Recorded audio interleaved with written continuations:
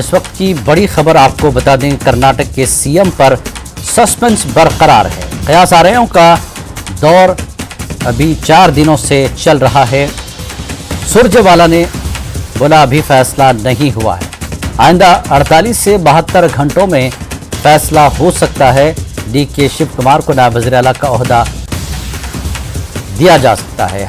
जराये के हवाले से बात सामने आ रही कि डीके शिव कुमार को नायब वज़ीर आला का ओहदा, मामला हल होने तक डीके दिल्ली में ही रहेंगे। रवि सिसोदिया हमारे साथ जुड़ चुके हैं, हमारे नुमाइंदे। रवि, जिस तरह से 4 दिन हो चुके हैं, रिजल्ट आ चुका है, लेकिन अभी सस्पेंस बरकरार है कि सीएम और डिप्टी सीएम को लेकर मामला लटका हुआ है। क्या कुछ दिल्ली में खिचड़ी पक रही है कांग्रेस के बीच?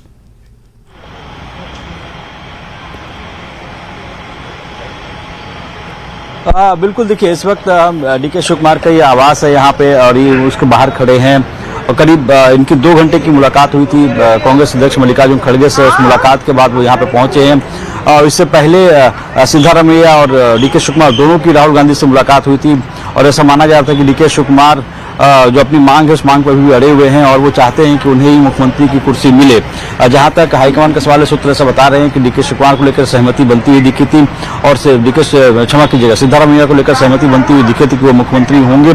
और उसके बाद डीके शिव कुमार को बुलाया गया था राहुल गांधी से मुलाकात करने के लिए। वहां उन्होंने मुलाकात की। उस सूत्र ऐसा बता रहे हैं कि राहुल गांधी से मुलाकात के बाद डीके शिव कुमार की मुलाकात कांग्रेस अध्यक्ष मल्लिकार्जुन खड़गे से हुई और उस मुलाकात के दौरान उन्होंने साफ तौर पर कहा है कि वो डिप्टी सीएम का पद नहीं लेंगे, उन्हें मुख्यमंत्री ही बनना है। क्योंकि जब वो कांग्रेस अध्यक्ष थे, कांग्रेस अध्यक्ष बनने के दौरान उन्होंने पार्टी के लिए काम किया और 80 सीटों से 135 सीटों तक कांग्रेस को लेकर गए हैं। तो उनकी अपनी दलीलें हैं और ये भी कहा है कि जिस तरह से वोकालिगा का वोट उनको मिला है और बहुत वर्षों के बाद, करीब 24 वर्षों के बाद इस तरह का पूरा एक तरफा वोट वोकालिगा का कांग्रेस को मिला है, तो उनकी एक दलील है।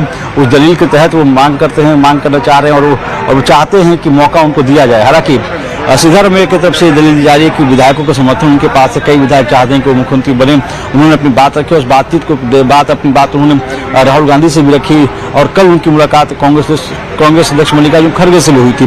तो दोनों की अपनी अपनी दलीलें हैं, दोनों ने अपने दावे किए हुए, दोनों की तरफ से दावे ठोके गए हैं कि मुख्यमंत्री के दावेदार होंगे, लेकिन अभी मामला सुलझा नहीं है। सूत्र ऐसा बता रहे हैं कि अगले 24 से 48 घंटों में कर्नाटक का अगला मुख्यमंत्री कौन होगा इस पर फैसला हो जाएगा। अभी जिस तरह से ये भी कहा जा रहा है कि अब गेंद जो है हाईकमान के नहीं, सोनिया गांधी अगर राजी कर लेती हैं शिव कुमार को तो ये मामला हल हो सकता है।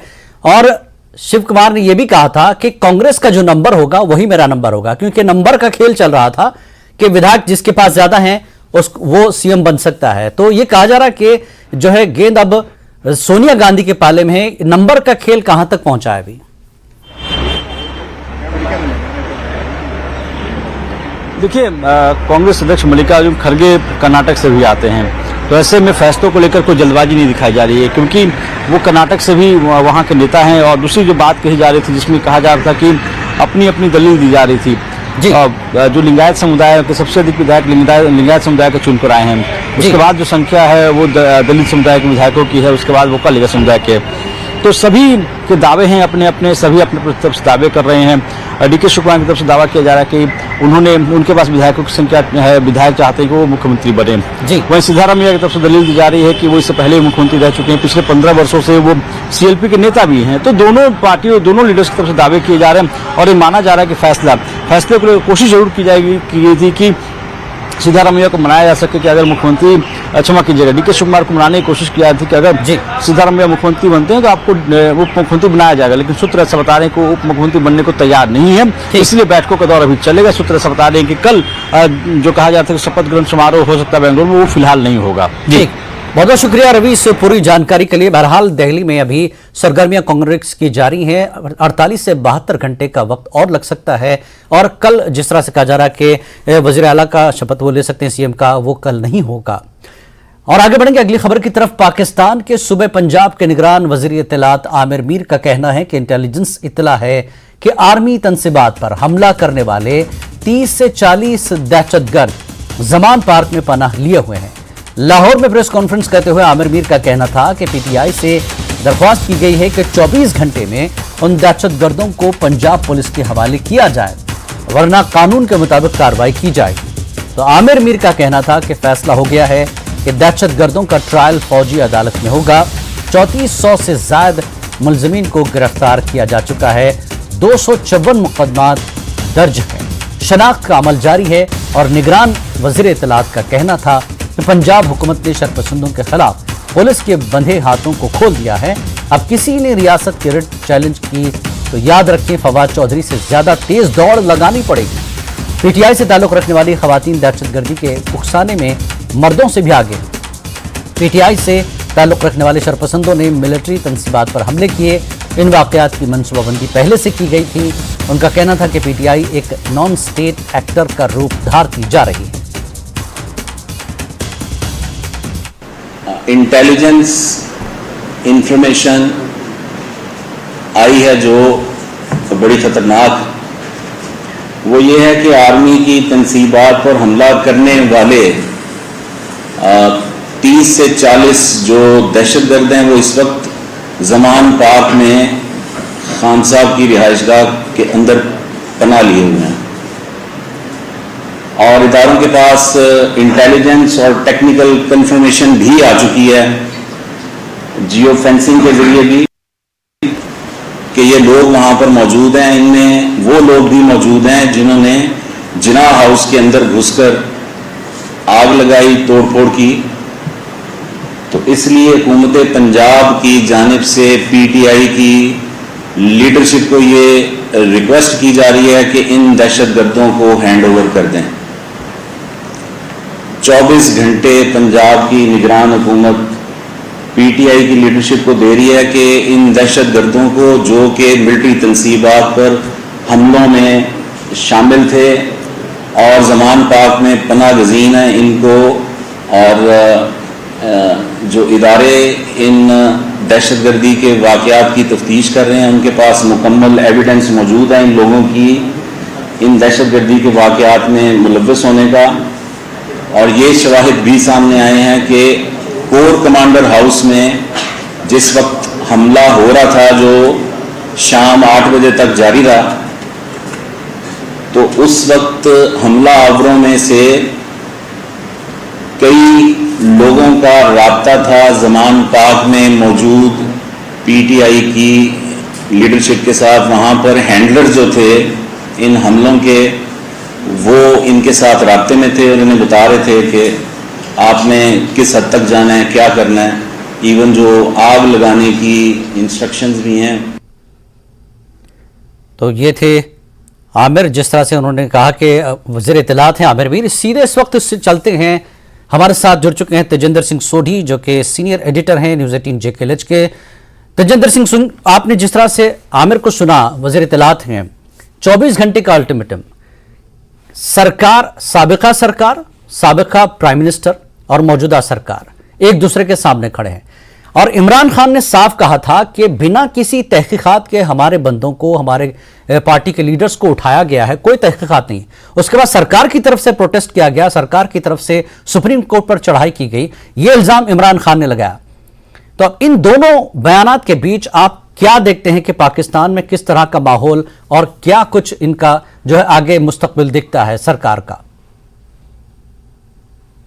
देखिए जिलानी, जो आज आमिर मीर की जो स्टेटमेंट आई है वो बिल्कुल ये दर्शाती है कि आगे आने वाला जो समय है पाकिस्तान के लिए और स्पेशली पाकिस्तान तहरीक इंसाफ पार्टी के लिए कैसा रहेगा। क्योंकि अब जो जैसे हमने पहले भी जब हम बात कर रहे थे पाकिस्तान के हालात को लेकर, हम कहीं ना कहीं ये खर्चा जताया जा रहा था कि इमरान खान जो हैं वो बड़े ट्रबल में, उनको फंसाया जाएगा बड़े ट्रबल में, चाहे उन पे देशद्रोह का जो वहां पर मुकदमा है वो लगाया जाएगा। जो आज अब देखिए इस चीज का एक बुनियाद बनाई जा रही है जब पाकिस्तान पंजाब प्रोविंस के जो वहां पर इंफॉर्मेशन मिनिस्टर हैं आमिर मीर, उनका ये कहना कि वो आतंकवादी जिन्होंने ना सिर्फ जिन्ना हाउस पे, वो आतंकवादी ना सिर्फ जिन्होंने कोर कमांडर के रेसिडेंस पे, लेकिन कई वाइटल इंस्टॉलेशन जो पाकिस्तान आर्मी की हैं, मई 9 तारीख से लेकर जब ये पूरा बवाल शुरू हुआ था तब से लेकर उन्होंने उन पे जो अटैक किया और उसमें से 40 से 50 लोग जो हैं वो ज़मान पार्क जो इमरान खान का रेसिडेंस है वहां पर रह रहे हैं। और यहां पर जब उन्होंने एक स्टेटमेंट ये भी कही कि जब वो वायलेंस हो रहा था, जब वो आगजनी हो रही थी, तो वो लोग जिनको पाकिस्तानी गवर्नमेंट अब टेररिस्ट कह रही है, वो लोग डायरेक्टली इन टच थे पीटीआई के सीनियर लीडरशिप के साथ। वो उनसे डायरेक्शंस ले रहे थे और अब उन्होंने वहीं पे जमान पार्क में जो है पनाह ली हुई है। तो कहीं ना कहीं आने वाला जो टाइम है ये दर्शाता है कि हालांकि पाकिस्तान की जो इस्लामाबाद हाई कोर्ट ने इमरान खान को आज फिर एक उनको रिलीफ दे दी है कि वो 30 तारीख तक उन्हें किसी भी केस में अरेस्ट नहीं किया जाएगा, लेकिन एक ये बुनियाद बनाई जा रही है कि आने वाले टाइम में कहीं ना कहीं इमरान खान के लिए जो मुश्किल है पाकिस्तान में वो बढ़ती जाएंगी।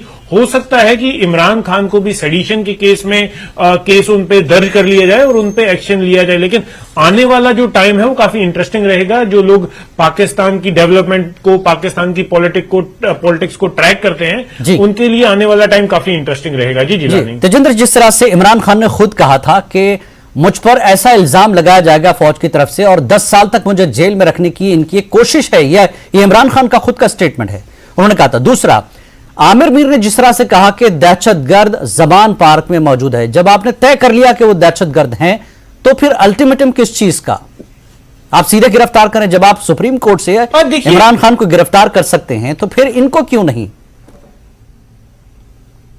देखिए जिलानी, पाकिस्तान आपको पता है कि थिएट्रिक्स पे ज्यादा यकीन करता है, ड्रामा पे ज्यादा यकीन करता है और कहीं ना कहीं उन्हें यह लगता है कि अगर फिर से पाकिस्तानी पुलिस जो है, पंजाब प्रोविंस की पुलिस है, अगर वो फिर से कहीं ना कहीं जमान पार्क पे वो धावा बोलते हैं बिना अल्टीमेटम दिए हुए, तो कहीं वो फिर से बैकफायर ना हो जाए। आपको याद होगा जिस दिन इमरान खान को पाकिस्तान रेंजर्स ने अरेस्ट किया था, उसके बाद किस तरह के हालात बने थे। तो अभी कहीं ना कहीं पाकिस्तानी एडमिनिस्ट्रेशन जो है, पाकिस्तानी गवर्नमेंट या पाकिस्तान पुलिस, वो उस तरह का सिचुएशन अभी वो फिर से नहीं बनाना चाहती, इसलिए उन्होंने 24 घंटे का अल्टीमेटम दिया हुआ है। लेकिन जैसे मैंने अभी कहा कि 24 घंटे काफी इंटरेस्टिंग रहेंगे कि 24 घंटे के बाद क्या, क्योंकि इस मामले में अभी पीटीआई की कोई स्टेटमेंट नहीं आई है, कोई रिएक्शन नहीं आई है। कल हमने देखा फवाद चौधरी को कैसे दोहराया गया और जब उनकी भी जो आज आमिर मीर ने अपनी स्टेटमेंट में उनका भी जिक्र किया, तो कहीं ना कहीं एक वो पूरा जो जिसे कहते हैं माहौल बनाया जा रहा है कि इमरान खान पे बड़ी कार्रवाई होगी। और जैसे आपने पहला सवाल पूछा, इमरान खान तो डे 1 से ये कह रहे हैं कि उन्हें मारने की एक साजिश रची जा रही है। डे 1 से उन्होंने पाकिस्तानी आर्मी चीफ पे एलिगेशंस लगाए थे, पाकिस्तान आईएसआई चीफ पे एलिगेशन लगाए थे और ये कहा था कि कोई भी उनकी सुनवाई नहीं हो रही है। तो इमरान खान का जो खर्चा है, उनका जो ये शक है, वो कहीं ना कहीं उसी के लिए ये बिसात बिछाई जा रही है कि कह दिया गया है कि इमरान खान के घर में, एक फॉर्मर प्राइम मिनिस्टर के घर में 40 से 50 टेररिस्ट रह रहे हैं और आगे 24 घंटे तक अगर वो सरेंडर नहीं करते तो क्या एक्शन किया जाएगा, वो देखना काफी इंटरेस्टिंग रहेगा। जी उन्होंने आमिर ने यह भी कहा कि किसी ने अगर रियासत की जो रिट है उसको चैलेंज किया तो फवाद चौधरी से ज्यादा दौड़ लगानी पड़ेगी, यानी 24 घंटे के बाद उस तरह का माहौल बनता दिखाई दे रहा है। ये एक तरह से धमकी भी है।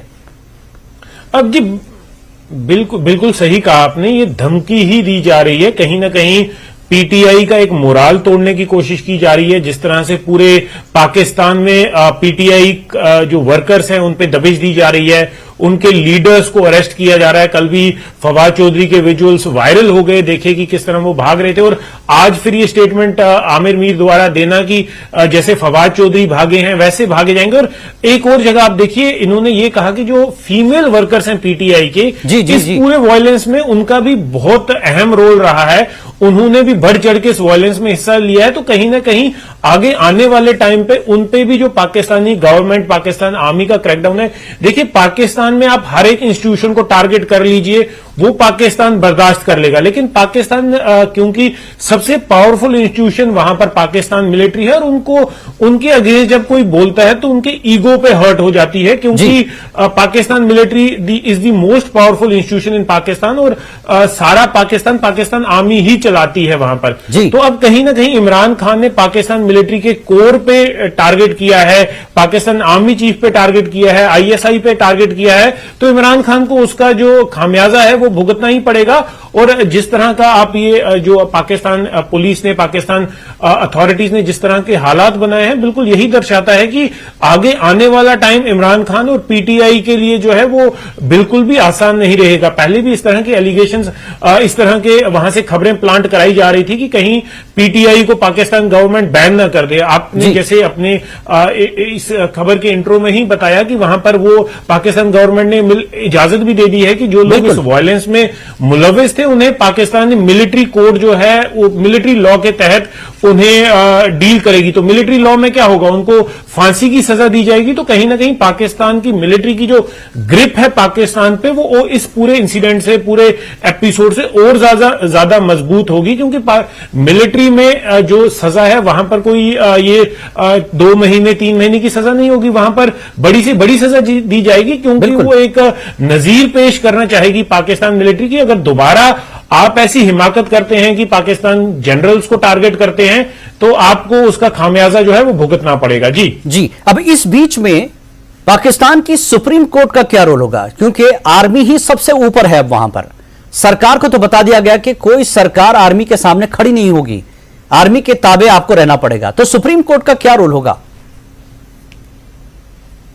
देखिए जिलानी, सुप्रीम कोर्ट का रोल जो है वो तो अब कहीं ना कहीं साइडलाइन कर दिया गया है, क्योंकि अगर मिलिट्री कोर्ट वहां पर जो है वो इस केसेस को डील करेगी, उन्हें मिलिट्री लॉ के तहत डील किया जाएगा, तो कहीं ना कहीं सुप्रीम कोर्ट को इस मामले से बिल्कुल अलग करने की कोशिश की जा रही है पाकिस्तान में।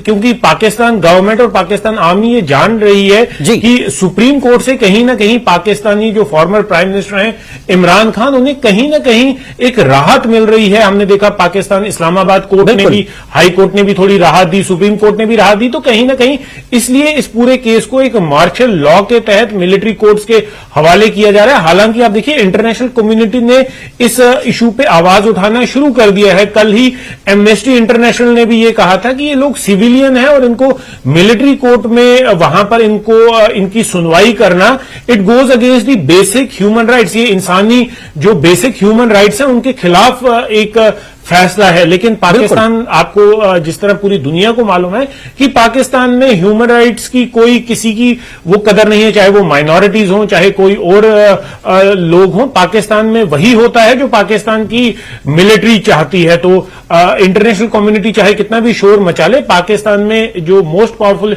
इंस्टीट्यूशन है वो पाकिस्तान मिलिट्री है। और पाकिस्तान मिलिट्री के इस बार ईगो पे हर्ट हुआ है और वो एक पाकिस्तान मिलिट्री एक मैसेज देना चाहती है अक्रॉस पाकिस्तान की आप बेशक प्राइम मिनिस्टर को टारगेट कर लीजिए, आप बेशक वहां के किसी प्रोविंस के चीफ मिनिस्टर को टारगेट कर लीजिए, लेकिन जब आप पाकिस्तान मिलिट्री को टारगेट करेंगे तो there is a red line. तो उस रेड लाइन को आपको ब्रीच नहीं करने दिया जाएगा। और इस पूरे एपिसोड से पाकिस्तान मिलिट्री अपनी ग्रिप को और स्ट्रांग करने का एक मौका उनको चाहिए था, और वो मौका उन्हें जो जिस तरह की स्टेटमेंट्स आ रही हैं गवर्नमेंट की तरफ से, वो मौका उनको बिल्कुल मिल रहा है। जी बहुत बहुत शुक्रिया तेजिंदर सिंह जी, आपने इस पूरे मामले पर तज्जिया किया है कि किस तरह की सूरत हाल पाकिस्तान की बनी हुई है, और 24 घंटे का जिस तरह से अल्टीमेटम दिया गया है सरकार की तरफ से इमरान खान को और उनके कारकुनों को, यह देखना रहेगा आगे। बहुत बहुत शुक्रिया तेजिंदर।